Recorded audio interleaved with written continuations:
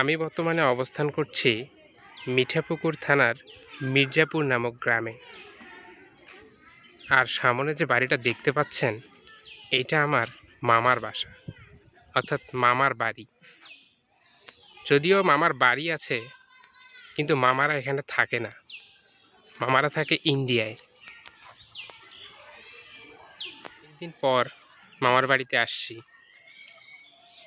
তবে মামার বাড়ির বর্তমান অবস্থা সব কিছু ভেঙে গেছে, জরাজীর্ণ হয়ে পড়ে আছে।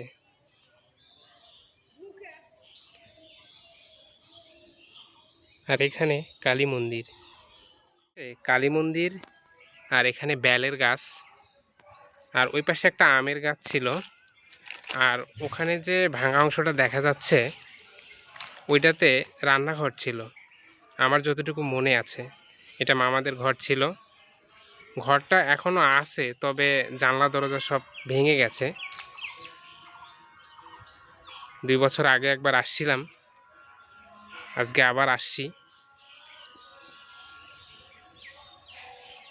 এখানে এসে মনে হচ্ছে যে ভুতুরে কোনো বাড়িতে চলে আসছি।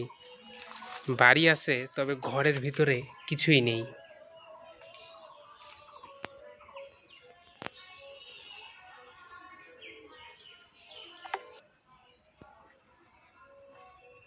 এখনো জিনিসপত্র এভাবে পড়ে আছে।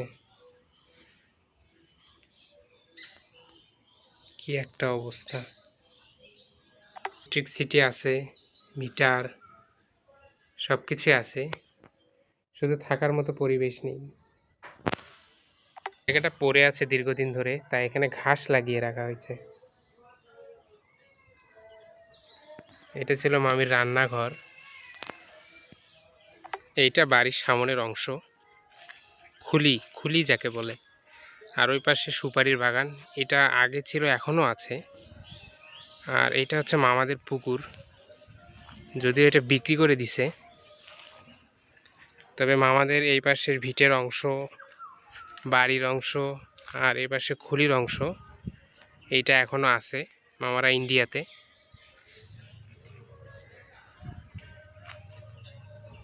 অনেক ছোটোবেলায় এখানে আসছিলাম, এই পুকুরে স্নান করছি। ওই পাড়ে অনেকগুলো কাঁঠাল গাছ ছিল, যদিও নাই সেগুলো এখন। এই পাশের অংশে আরও অনেক গাছ ছিল, এগুলো এখন কেটে পরিষ্কার করা হয়েছে।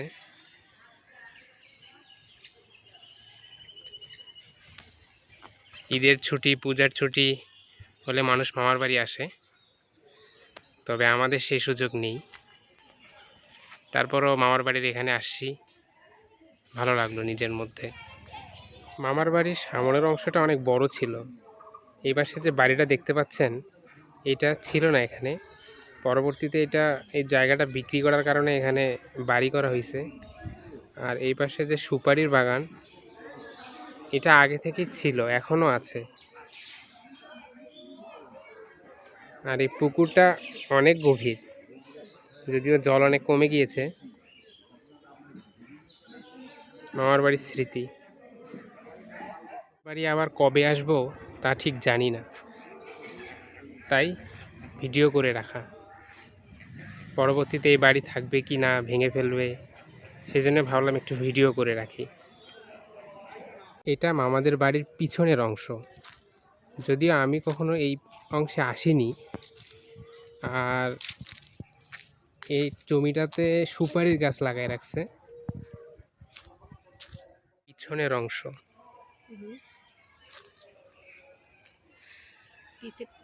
বাঁশের থোপ গুলা হয়েছে, তুলছে, যার কাছে দেখছে ওই মজুমদারেরা দিবেন, ওরা দেবাশি সে দেখলে সব এক ওই মাথা থেকে এই মাথা।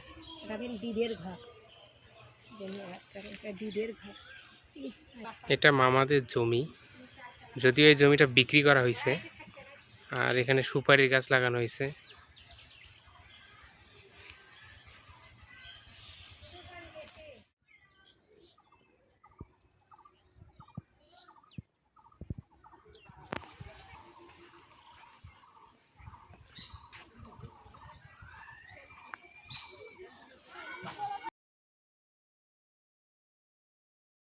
মামার বাড়ির এই পাশের অংশে আমি কখনো আসিনি।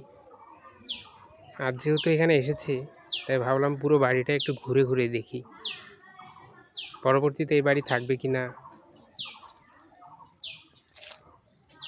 আমাদের বাড়ির আশপাশটা অনেক সুন্দর, সবুজে ঘেরা, গাছপালায় ভরপুর।